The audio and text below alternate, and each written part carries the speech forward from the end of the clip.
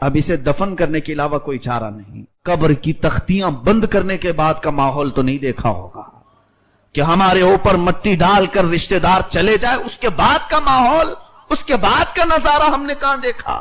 پیٹ کا پانی ناک سے باہر آنے لگتا. ہماری میتوں کا یہ حال ہے. اے میرے عزیزو, ہمارا جسم بہت ہی کمزور ہے.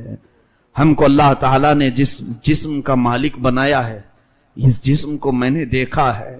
بہت سارے گھروں پر جب ہم کو جانے کا اتفاق ہوا کہ فلاں کا آج انتقال ہوا ہے, ہم جاتے ہیں تعزیت کے لیے. دیکھا جس جسم کو وہ بہت بنانے کی کوشش کیا کرتا تھا, ایسے نوجوان بھی. مجھے یہ باتیں بولنے کا اس لیے آج موقع ملا کہ چند روز قبل یا چند دنوں پہلے ایک علاقے میں جانا ہوا تھا. 2 نوجوان پانی میں ڈوب کر مر چکے تھے. ان کی لاشیں گھر لائی گئی تھی. صبح ڈوبے, دوپہر میں مل گئے. صرف 6 گھنٹے کی بات تھی. گھر میں لایا گیا اور پھر باڈی رکھی گئی. اللہ اکبر, گھر میں داخل ہونے کی ہمت نہیں تھی, اتنی سخت بدبو پھیلی ہوئی تھی.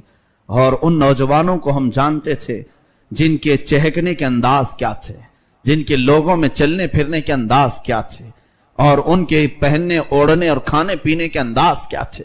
وہ اپنے زمانے کے بہت ہی خوبصورت لوگ سمجھے جاتے, اور اپنے جسم پر جنہوں نے بہت پیسے خرچے کیے اپنے جسم کو بنانے کے لیے, اور آج وہ بے جان لاشیں گھروں میں پڑے تھے تو ناک بند کر کے لوگ دیکھ رہے تھے اور جا رہے تھے. پانی میں ڈوب کر مر گئے اور لا کر لاشیں رکھی گئی. یہی جسم کا ہمارا حاصل ہے. ہمارے جسم کا خلاصہ یہی ہے کہ ہمارے والدین جو ہماری پیشانی پر پسینہ بھی نہیں دیکھنا چاہتے, وہ بھی موت کے بعد اپنے گود میں نہیں رکھ سکتے, واپس بھیج دیتے ہیں, لے جاؤ. اب اسے دفن کرنے کے علاوہ کوئی چارہ نہیں. کرنٹ کی پیٹی میں برف میں رکھ کر کے بھی زیادہ دن ہم گھر میں نہیں رہ سکتے. ہمارے جسم کا خلاصہ اور حاصل یہی ہے. ہماری زندگی کا فائنل اینڈنگ یہی ہے کہ یہ جسم اتنی ہی دیر کا ہے کہ اگر مولا نے صرف ہماری رگ کو روک دیا تو پھر سڑن شروع ہوتی ہے, بدبو شروع ہوتی ہے. ہماری ناک میں, ہمارے کانوں میں روئی اس لیے ٹھونس دی جاتی ہے کہ پیٹ کا پانی ناک سے باہر آنے لگتا ہے. یا اللہ, اتنے دن دنیا میں سوتے رہے, کبھی ہمارے پیٹ میں سے پانی باہر نہیں آیا. یہاں چند گھنٹے ہوئے کہ جان گئی, ہماری ناک سے اندر کا پانی باہر آنے لگا. کانوں میں روئی ڈال کر کے رکھو میتوں کو, اس لیے کہ تمہارے پیٹ کی سڑن کانوں سے بھی نکل سکتی ہے. ناک سے نکلتے ہوئے تو دیکھا ہے, منہ سے نکلتے ہوئے دیکھا ہے, اور اسی لیے کہا گیا جلدی اسے قبرستان کے حوالے کرو کہ اور زیادہ شرمندہ نہ ہونے پائے, اور زیادہ یہ موتا رسوا ہونے نہ پائے. ہمارے سب کے جسموں کا خلاصہ یہی ہے, ہمارے سب کے جسموں کا حاصل یہی ہے, اور اس کے باوجود ہم شہوتوں کو اس قدر عزیز رکھتے ہیں, اس قدر ہم لذتیں حاصل کرنے میں ہیں. اس جسم کو دنیا والوں نے تو دیکھا بڑے آہستہ سے غسل دو, اس لیے کہ میت کو زیادہ ہلاؤ گے ڈلاؤ گے تو پھر اور کچھ گندگیاں ہونے کے چانسز ہیں. آج میں کھل کر کے بول رہا ہوں صرف اس لیے کہ میتوں کا احترام کرتے ہوئے ہم جو مسئلے بتاتے ہیں کہ غسل بڑے آرام سے دینا چاہیے, میت کو تکلیف ہوتی ہے, یہ ایک تصویر کا رخ ہے. دوسرا معاملہ اصل یہ ہے کہ اس کی گندگی بھی نکل سکتی ہے. ہم یہ عزت و احترام میں نہیں بات کرتے, ہم صرف یہ کہتے ہیں کہ تکلیف ہوگی اس لیے آرام سے کرو. حقیقی بات تو یہ ہے کہ تمہارے ہلانے جلانے سے اور بہت کچھ چیزیں ہو سکتی ہیں. ہماری میتوں کا یہ حال ہے, اور ہم ابھی قبرستان گئے نہیں تب ہمارے جسموں کا یہ حال کہ 12 گھنٹے سے زیادہ ہمارے لاشوں کو گھر والے رکھتے نہیں. اور اس کے بعد تم نے کبھی آج تک قبر کی تختیاں بند کرنے کے بعد کا ماحول تو نہیں دیکھا ہوگا کہ ہمارے اوپر مٹی ڈال کر رشتہ دار چلے جائے. اس کے بعد کا ماحول, اس کے بعد کا نظارہ ہم نے کہاں دیکھا؟ یہ تو لاشیں گھروں میں دکھانے کے لیے رکھے جاتے ہیں تب کی حالت ہے. بند کیے جانے کے بعد سب سے پہلے اس کی ناک سڑن شروع کرتی ہے, اور اس کی زبان پھر گلنے لگتی ہے, اور اس کے بعد سب سے زیادہ جو میت کی تکلیف دہ چیز ہے اس کی شرمگاہ کا سڑنا اور گلنا, جس کی لذتوں کے لیے اس نے دنیا کو کیا کیا کر دیا. اپنے پیسے پانی کی طرح بہایا، اور یہ زبان اور یہ شرمگاہ قبر میں سب سے زیادہ بدبو پیدا کرتے ہیں، سب سے زیادہ ہولناکی قبر میں پیدا کرتے ہیں۔ اور یہ تو حقیقی بات ہے، میرے مصطفیٰ صلی اللہ علیہ وسلم نے اپنی شریعت کے مطابق قبروں کو کھولنے سے منع کیا ہے، یہ صرف ہماری عزتوں کی حفاظت کے لیے، ورنہ اگر رشتہ داروں کو کہہ دیا جاتا کہ 3 دن کے بعد کھول کر کے دیکھ لیا جائے تو شاید ہمارا اس زمین پر جینا دشوار ہو جاتا، ہمارا جینا مشکل ہو جاتا۔ یہ تو رب تعالیٰ نے ہمارے رازوں کو زمین کے حوالے کر دیا ہے، اور تختیوں کے اندر کے حالات وہ میت ہی جانے، مردہ ہی جانے۔ میرے عزیزو، ہماری زندگی کا خلاصہ دنیا میں یہ ہے کہ رشتہ دار زیادہ دیر نہیں رکھتے، اور قبر کا حال یہ ہے کہ 2 دن نہیں گزرے ہوتے کہ زمین کے سارے کیڑے مکوڑے اس کے جسم سے لگ جائیں، اور ہمارا یہ جسم، ہمارا یہ گوشت مولا نے زمین کی مخلوق کی غذا بنا دیا، اور دعوت عام دی جاتی ہے قبر میں کیڑوں کو کہ آؤ تمہاری نئی غذا آ گئی، اس کے جسم کو نوچ لو۔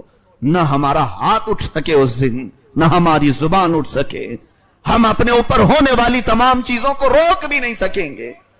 تو پھر ایسے حاصل زندگی کا جینے کا معنی کیا ہے، جس کی اینڈنگ اتنی خطرناک ہو؟ اس زندگی کا مطلب کیا ہے؟ اسی لیے مخبر صادق صلی اللہ تعالی علیہ وسلم کی طرف چلتے ہیں۔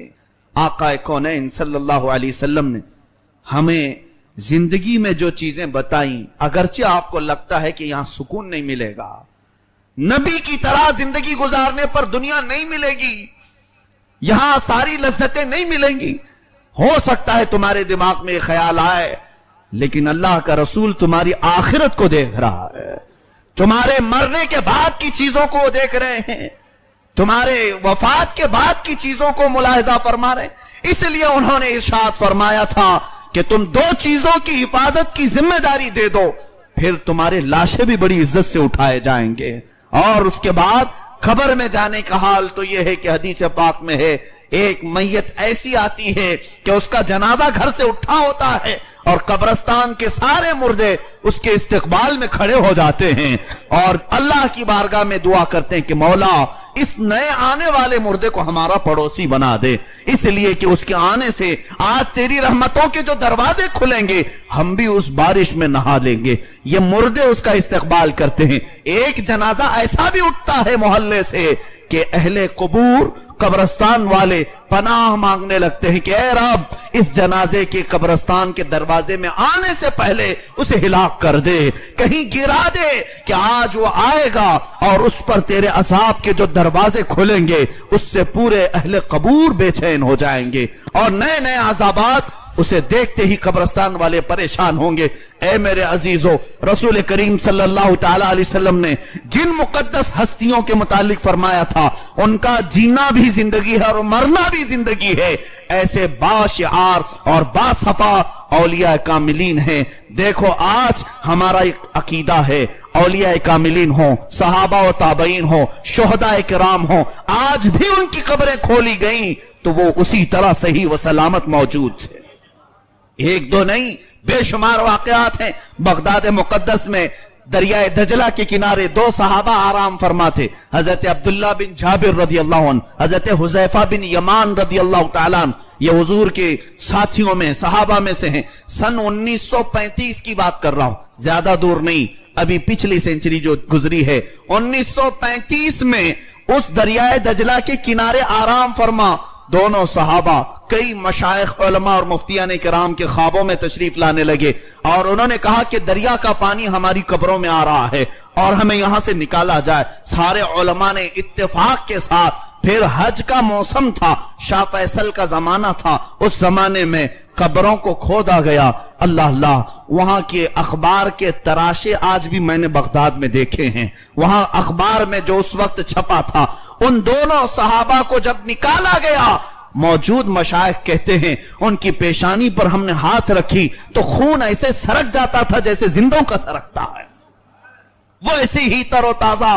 1400 سال گزرے، اور ان کو اٹھایا گیا تو دریائے دجلہ کے کنارے خوشبوؤں سے پورا ماحول مہک اٹھا اور جنازے وہاں سے لے جائے گئے اور لاکھوں کا مجمع جمع تھا. اور مدائن جو بغداد سے تقریباً 35-40 کلومیٹر کے فاصلے پر ہے وہاں لے جا کر حضرت سیدنا سلمان فارسی رضی اللہ تعالیٰ عنہ کے پڑوس میں دفن کیا گیا. یہ صحابہ ایسے بے شمار ہم نے دیکھے ہیں جن کا دنیا میں رہنا بھی لوگوں کے لیے خیر و برکت تھا اور قبر میں جانے کے بعد بھی مولا نے ان کے جسموں کو چونٹیاں مکھیاں یا کوئی بھی چیز چھونے بھی نہیں دیا. ان کے جسموں کی جب مولا نے یہاں حفاظت کی تو ہمیں یہ یقین ہے کہ قیامت کے دن بھی وہ عزت سے اٹھائے جائیں گے. کیوں نہ وہ زندگی گزاری جائے کہ ہم اپنی شہوتوں کے پجاری ہو کر پرستار ہو کر ساری لذتوں کو حاصل کرنے کے لیے اپنے جسم کا داؤ لگا دیا. عزتوں کی ہم نے کیا کیا بکھیاں ادھیڑ دی اور اس کے بعد ہماری حالت آج ایسی کہ لوگ ہمیں سلام کرنے سے کترائیں. اللہ اکبر. چند دنوں قبل ہم جس جنازے کو ابھی کندھا دے کر کے آ رہے ہیں تاج الاسلام والمسلمین حضور سیدی تاج الشریعہ رحمت اللہ تعالی علیہ وارث علوم اعلی حضرت فاضل بریلوی کا ایک سچا جانشین جو اس دنیا سے ابھی رخصت ہوا اور ان کی زندگی کو ہم نے دیکھا. لاکھوں پروانے بنا کر کے ایک شمع گئی ہے اور ایسے کہ ہزاروں کو توبہ کرنے پر آپ نے ایسا اپنی زندگی کا ماحول بنایا تھا کہ لوگ چہرہ دیکھ کر توبہ کر لیا کرتے تھے. ان کی زندگی کی تفصیلات آپ نے سن لی مگر فقیر ان کے جنازے میں حاضر رہا. جمعہ کے دن شام میں 7-7:30 بجے کے قریب آپ کی روح قبض انصری سے پرواز کر گئی. جمعہ کے دن شام 7:30 بجے کے قریب. اس کے بعد سے لے کر سنیچر کا دن گزرا پھر پورا دن پھر جمعہ کی رات سنیچر کا دن اور اتوار کا دن تقریباً 40 گھنٹے اس مقدس لاشے کو گھر میں رکھا گیا. اس جسم میں کوئی ٹس سے مس چیز نہیں ہوئی. یہ الحمدللہ ہم نے دیکھا. چہرہ ویسے ہی جلال اور جمال کا سنگم نظر آ رہا تھا اور لوگ بے تحاشا اس چہرے کو دیکھنے کے لیے ٹوٹ پڑ رہے تھے. 40 گھنٹے کے بعد جس وقت جنازہ اٹھایا گیا تو جسم ایسے ہی ہل رہا تھا جیسے زندوں کا ہلتا ہے. یعنی مرنے کے بعد تو بدن کڑک ہو جاتا ہے ٹائٹ ہو جاتا ہے کسی کا جسم مردے کا ہلتا نہیں. لیکن جس وقت جنازے کو ہم اٹھائے تھے تو پورا جسم ان کا جس طرح ملائم تھا ہاتھ کی چمڑیاں پیٹ کی چمڑیاں تھوڑے سے گاڑی کے دھڑکے سے ویسی ہی ہل رہی تھی جیسے کوئی زندہ سویا ہوا اور ہل رہا ہو. یہ اللہ والوں کی زندگی ہے جنہوں نے اپنی زندگی کو اشرف المخلوقات کے اس مصداق بنایا جس کے متعلق میرے مولا نے فرمایا وَلَقَدْ كَرَّمْنَا بَنِي آدم. ہم نے آدم کی اولاد کو تاج کرامت پہنایا ہے. یقیناً وہ زندگی میں تاج کرامت پہنے رہے اور جس وقت جا رہے تھے اس وقت بھی تاج کرامت لے کر کے گئے اور دنیا نے دیکھا کہ زندہ تھے تو کرامت کا تاج موت کے بعد بھی کرامت کا تاج اور جب تک آج ان کی محفلیں منعقد ہو رہی ہیں نام بھی تاج الاسلام اور تاج الشریعہ کے نام سے پکارا جاتا ہے. اللہ تعالیٰ ایسے بندوں کی زندگی کو ختم نہیں فرماتا. زندگیاں گزر جاتی ہیں صدیاں بیت جاتی ہیں لیکن ان کے نام قیامت تک باقی رہ جاتے ہیں. اے میرے عزیزو آؤ مصطفیٰ کریم صلی اللہ علیہ وسلم کی حیات طیبہ میں ہی ہماری زندگی کا راز ہے. اگر ہم نے ان کی زندگی پاک سے ذرا برابر بھی گردش کی منہ موڑا تو پھر ہمارا وہی حشر ہوگا جو میں نے ابھی کہا. سڑا دیے جاؤ گے ختم کر دیے جاؤ گے عزتیں مار دی جائیں گی لٹ جاؤ گے اور پھر قبر و حشر کا حال کیا ہونا ہے یہ اللہ جانے.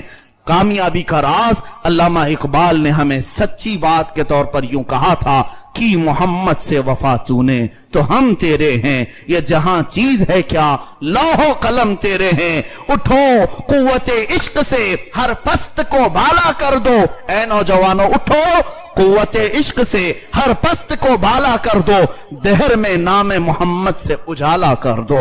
نہیں تیرا نشیمن قصر سلطانی کے گنبد پر تم شاہین ہو بسیرا کرو پہاڑوں کی چٹانوں پر. اللہ ہمیں پاکیزہ زندگی عطا فرمائے حیا کی زندگی عطا فرمائے. ہم سب کو غلاظتوں اور رذالتوں سے محفوظ فرمائے. مولا ہماری زبانوں اور شرمگاہوں کی حفاظت نصیب فرمائے. قدیر و جبار خدا ہم سب کو برے ماحول اور بری آفتوں سے محفوظ فرما. اس پورے معاشرے کو مولا جس طرح تو نے ہم سب کی پیشانیوں کو اپنی بارگاہ میں جھکنے کے لیے قبول کیا، قدیر و جبار خدا ہمارے جسموں کو دوسری لذتوں سے نا آشنا کر دے. اے کریم خدا ہم سب کو جنت کے راستے پر چلا.